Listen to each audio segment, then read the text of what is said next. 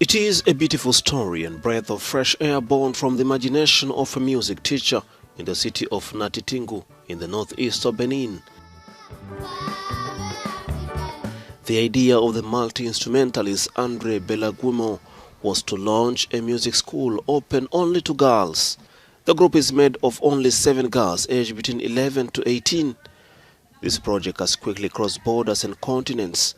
Feminine star band is currently touring Europe and is already preparing his second album at the prestigious French label Bon Bar Records, founded by Jean-Baptiste Guillot. Groups of instrumentalist girls in Africa are extremely rare. In general, they are confined to the role of backing singers or dancers.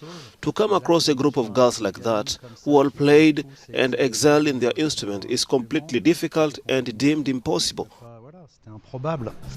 This group, made up of Margarita, Julianne, Benny, Sandrine, Anne, Euris, and Grace, survive only on music. They all play several instruments, dance, sing in Bariba, in Fongbe in French. Their music breathes freedom and carries strong message. Sandrine said, "We want to travel to the world to show them that women have rights that must be respected and that we must really love them and help them to become great personalities." Yuris, on the other hand, said, "We want to defend the rights of the child because they are not an object with which we can do what we want. We are here to defend the rights of the women, the rights of the child, and we are going to go till the end with these 2 themes." The group now hopes their mission will be possible in the future, where the rights of women and children will be respected.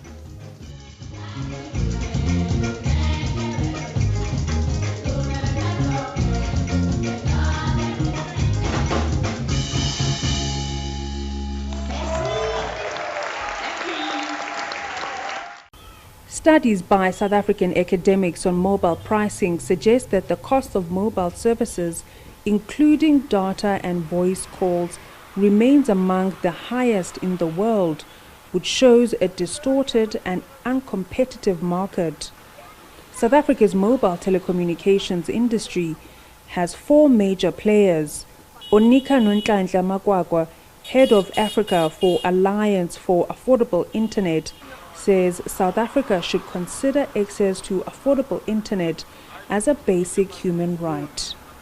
It's really important to have affordable internet. One, because South Africa participates in all the international forums, and we know that access to the internet has been accepted as a basic human right.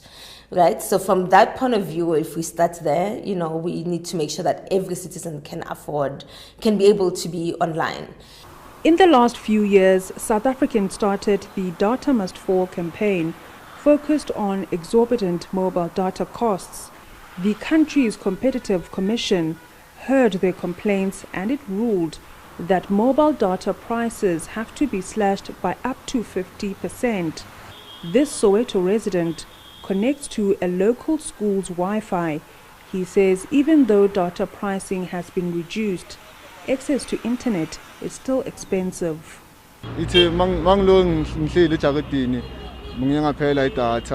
So mangiphuma ngabona abantwana lana abahleli ngaphandle bathi kune-data. Abantwana besikolo njengoba vele ikolo bangena 1 ngamalanga vele, so abangangeni yibo basitshela ukuthi khona idata man la yabona. So ithe masingena vele masibona ukuthi hayi idata ikhona ndifuna nephini, basinika iphini kahle sangena yabona. So idata sisebenzisa la vele izinto zokungena kuma internet, Facebook lezo bo WhatsApp yabona, nokudownloada izinto esikhona ukudownloada.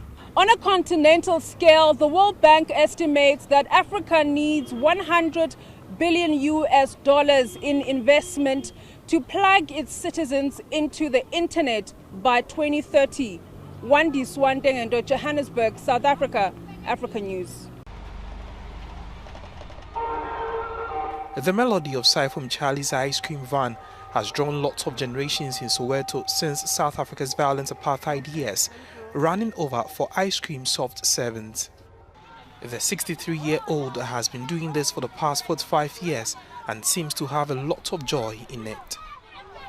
I've got so many kids around here. They know that this car is older than them.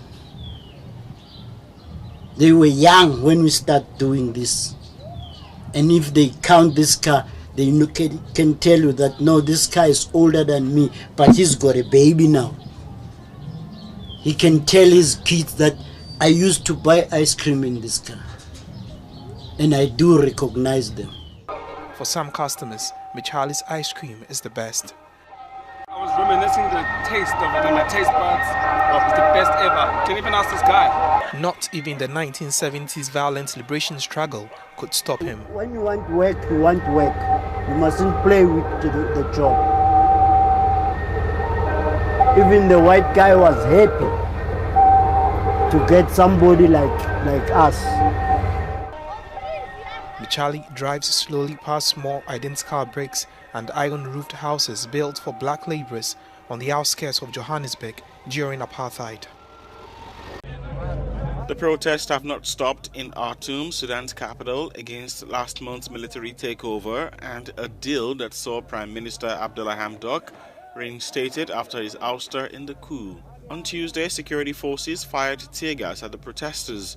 Thousands of demonstrators gathered in central Khartoum and marched on the presidential palace when security forces fired tear gas to disperse them.